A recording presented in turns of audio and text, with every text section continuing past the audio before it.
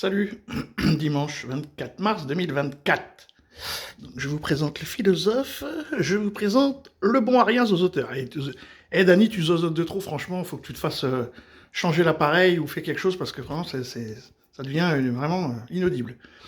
Donc, on va s'écouter, pour ceux qui veulent, une bonne dose de révisionnisme, mais alors, quand même, bon, on est sur LCI en même temps, hein, mais c'est du haut level, là, hein.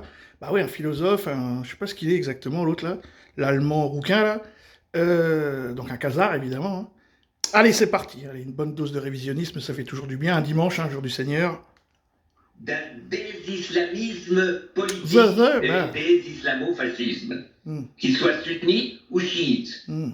Et moi, je parle toujours Allez, c'est parti. d'islamo-nazisme plus que d'islamo-fascisme, et je pense que la nuance n'est pas totalement anecdotique. Parce que le fascisme, Mussolini, Franco, Salazar, ce fascisme, il n'est pas fanatiquement antisémite, c'est pas son problème numéro un. Tandis que le nazisme, le cœur du nazisme, c'est l'antisémitisme. Et ça, je retrouve ça chez les islamistes. Et ça permet de faire le lien avec ce qu'on évoquait tout à l'heure, cet horrible attentat dans une salle de concert à Moscou.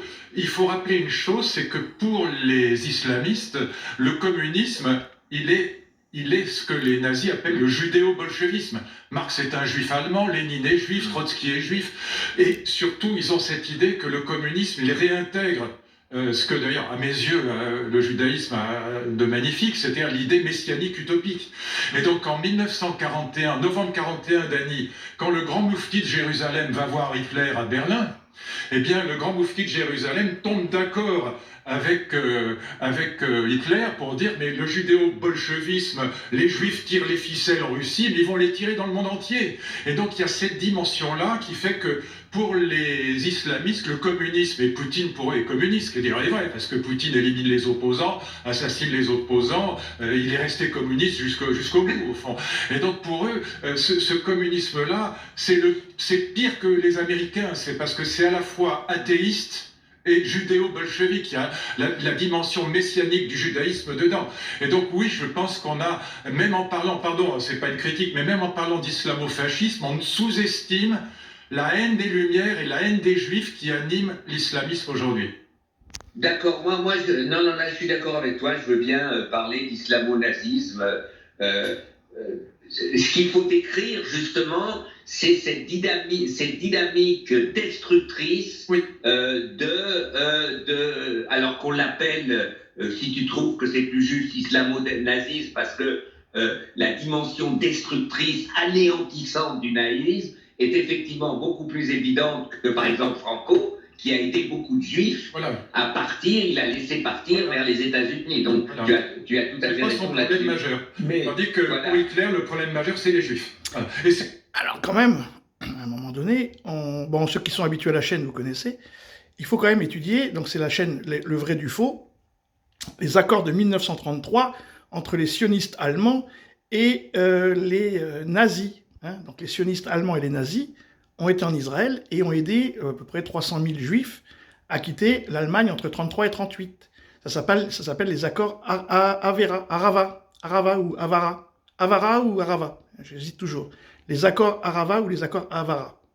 Voilà. Et donc, non, mon petit Luc Ferry. Le souci, c'était pas forcément les juifs, puisque pendant de 33 à 38, il n'y a pas eu de souci, et les vraies emmerdes commencent franchement à partir de 39, et la nuit de cristal, et ainsi de suite. Enfin, 38, nuit de cristal et autres. Donc, le petit révisionnisme, c'est toujours chiant. Hein. Et le judéo-bolchevisme, c'est le grand thème. Et aujourd'hui, l'islamisme, sous toutes ses formes, d'Al-Qaïda à aujourd'hui les sous-groupes islamistes qui ont fait peut-être cet attentat à Moscou, pour eux, l'islamisme est en guerre contre tout le monde. Oui, absolument. Donc d'un côté, comme l'a décrit Luc, les Russes, le communisme, l'occidentalisme, mais ce qui est tragique, et je ne dis pas que ça peut être ironique parce que c'est trop difficile, c'est trop terrible, mais que des fois, le discours islamiste contre la culture occidentale ou la civilisation occidentale, c'est cette civilisation de pédérastes, d'hommes qui sont de femmes qui prennent le pouvoir est exactement le même discours que Poutine. C'est ça qui est fou.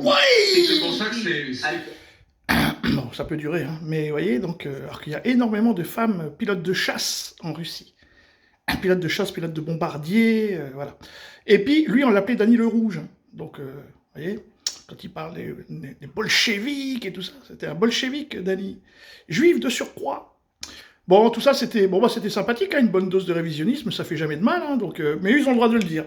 Voilà, ça c'est quand on vient sur LCI, si possible, on est révisionniste, fasciste, néo-nazi, on est le bienvenu. Bon, bah écoutez, si vous pensez ça, les amis, donc, hein, les accords Avara, ou Arava pour ceux qui veulent détailler, et puis ne pas jamais oublier que donc Al-Qaïda, mais ça en général tout le monde le sait, a été donc inventé par la CIA par rapport à Ben Laden, Moudjahidine combattant les Russes, hein, donc c'est comme ça que naît Al-Qaïda, et l'État islamique, EI, EIK, EIM, EIQ, bon, voilà quoi, la déclinaison. Alors ça c'est le MI6 anglais, et le Mossad pour contrôler, ou en tout cas foutre la merde en Syrie, en Irak, Arabie Saoudite et tout ça, et Gaza, donc le Hamas, hein, fabriqué par Netanyahou et sa clique de néo-nazis, justement pour pouvoir faire ce qu'ils font en ce moment. Hein. Donc c'est quand même les Occidentaux qui créent les nazis, les fascismes, et depuis la Révolution française. Voilà, salut!